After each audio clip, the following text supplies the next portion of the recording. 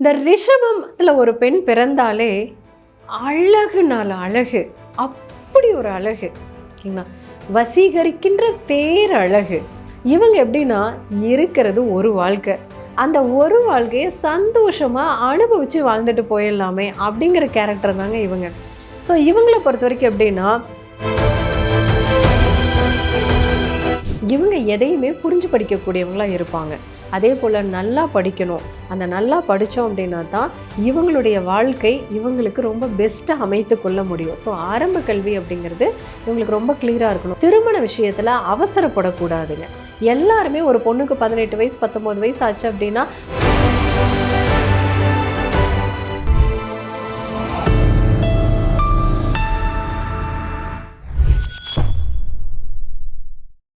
வணக்கம், வாழ்க வளமுடன். நான் கோட்டுமொழி சத்யா. ஒவ்வொரு ராசியில் பிறந்த பெண்களினுடைய விதி அமைப்பு, அந்த ரகசியம் என்ன அப்படிங்கிறத பார்த்துட்டு இருக்கோம். அந்த வரிசையில் இன்னைக்கு நம்ம பார்க்குறது ரிஷபராசி. ரிஷபராசியில் பிறந்த பெண்களினுடைய விதி அமைப்பு என்ன தான் சொல்லுதுங்க, பார்த்துடலாங்களா? வாங்க பாருங்க. இந்த ரிஷபத்தில் ஒரு பெண் பிறந்தாலே அழகுனால அழகு, அப்படி ஒரு அழகு ஓகேங்களா, வசீகரிக்கின்ற பேரழகு. வாழ்க்கையை ரசித்து அனுபவித்து வாழுகின்ற எண்ணம் கொண்டவங்க தான் இந்த ரிஷப பெண்கள். பொதுவாக இவங்களுக்கு சண்டை, எப்போ பார்த்தாலும் டென்ஷனாக இருக்கிறது, அழுவுறது, இதெல்லாம் சுத்தமாக இவங்களுக்கு செட்டே ஆகாதுங்க. இவங்க எப்படின்னா இருக்கிறது ஒரு வாழ்க்கை, அந்த ஒரு வாழ்க்கையை சந்தோஷமாக அனுபவித்து வாழ்ந்துட்டு போயிடலாமே அப்படிங்கிற கேரக்டர் தாங்க இவங்க. ஸோ இவங்களை பொறுத்த வரைக்கும் எப்படின்னா இவங்களுக்கு ஒரு லக்ஸூரியஸ் லைஃப் மேலே பிடிப்பு இருக்கும். ஒரு நல்ல வசதி, ஒரு சுகமான வாழ்க்கை, ஒரு அழகான இடங்களுக்கு பயணங்கள், இதையெல்லாம் விரும்பக்கூடியவங்களாக இருப்பாங்க. அதே சமயத்தில் குடும்பமும் பொருளாதாரத்தையும் இருக்கன் போல் பாவிக்கக்கூடியவங்களாகவும் இருப்பாங்க. அங்கே ஏதாவது சிக்கல் வந்தால் தான் இவங்களுக்கு டிஸ்டர்ப் ஆகும். சரி, இப்போ இவங்களுக்கு பார்த்தீங்க அப்படின்னு எடுத்துட்டா இவங்களுடைய ராசிக்கு அதிபதி யார் அப்படின்னா சுக்கிரனுங்க. அதே சுக்கிரன் தான் பார்த்திங்கன்னா 6க்கும் உடையவராக இருக்கார். அப்போ இவங்களுடைய வாழ்க்கையில் ஏற்படுகின்ற கடன், நோய், எதிரிகள், அவமானங்களுக்கு மறைமுகமாக இவர்களே ஒரு வகையில் காரணமாக இருப்பாங்க.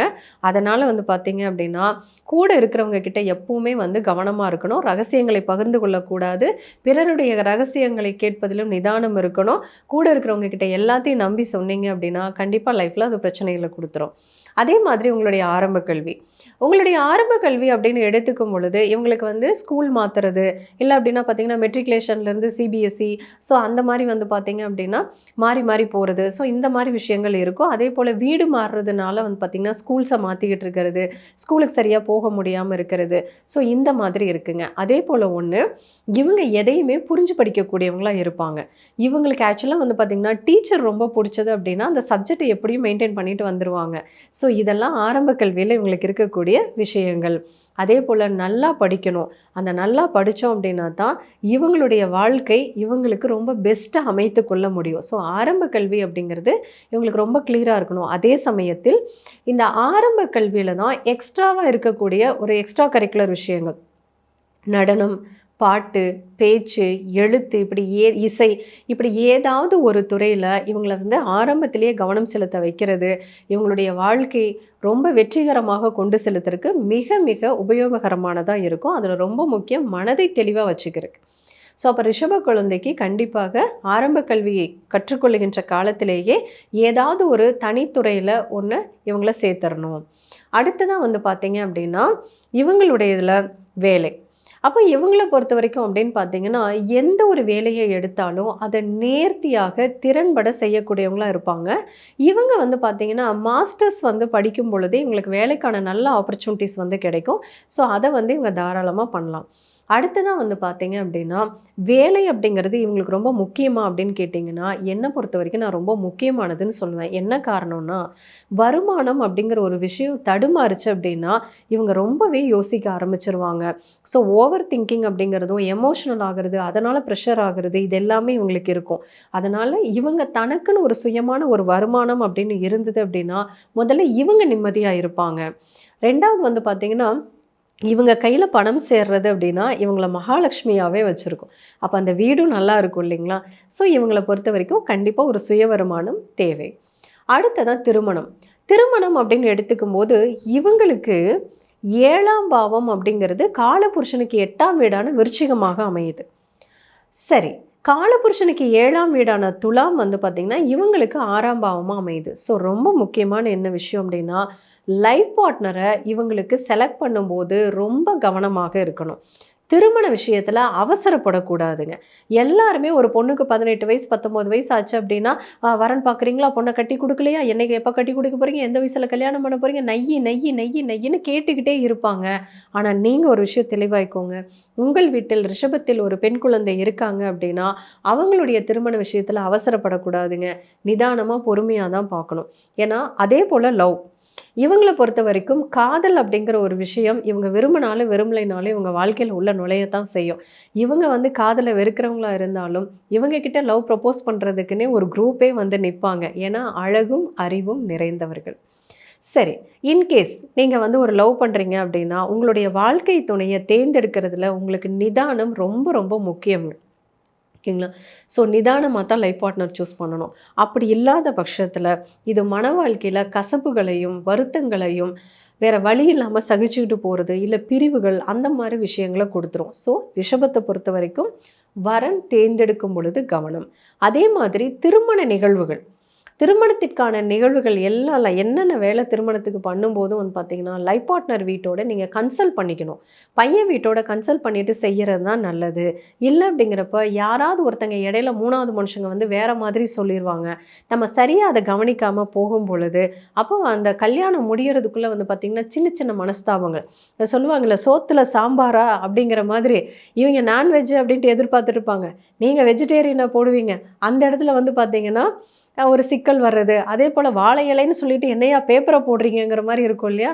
அந்த மாதிரி சின்ன சின்ன விஷயங்களுக்கு கூட கருத்து வேறுபாடுகள், சண்டைகள் வர மாதிரி ஆகிடும். ஸோ அதனால் வந்து திருமண விஷயத்தை பொறுத்த வரைக்கும் ப்ரீ பிளான் பண்ணிவிட்டு வரன் வீட்டோட கன்சல்ட் பண்ணி பண்ணுங்கள். அதுதான் சிறப்பு. அடுத்ததான் வந்து குழந்தை பாக்கியம். இவங்களுக்கு குழந்தை பாக்கியம் அப்படின்னு எடுத்துட்டிங்கன்னா 5ஆம் பாவமான கன்னி காலபுருஷனுக்கு 6ஆம் வீடாக அமைஞ்சிருக்கு. ஸோ இப்போ என்ன அப்படின்னா உணவு பழக்கம், வாழ்வியல் முறை, இது வந்து இவங்களுக்கு சரியாக இருக்கணும். அந்த மாதிரி இருந்தது அப்படின்னா குழந்தை அப்படிங்கிறது ரொம்ப நார்மலாக இருக்கும். இல்லை அப்படின்னா ஒரு சிறு மருத்துவ ஆலோசனையில் குழந்தைன்னு இருக்குங்க.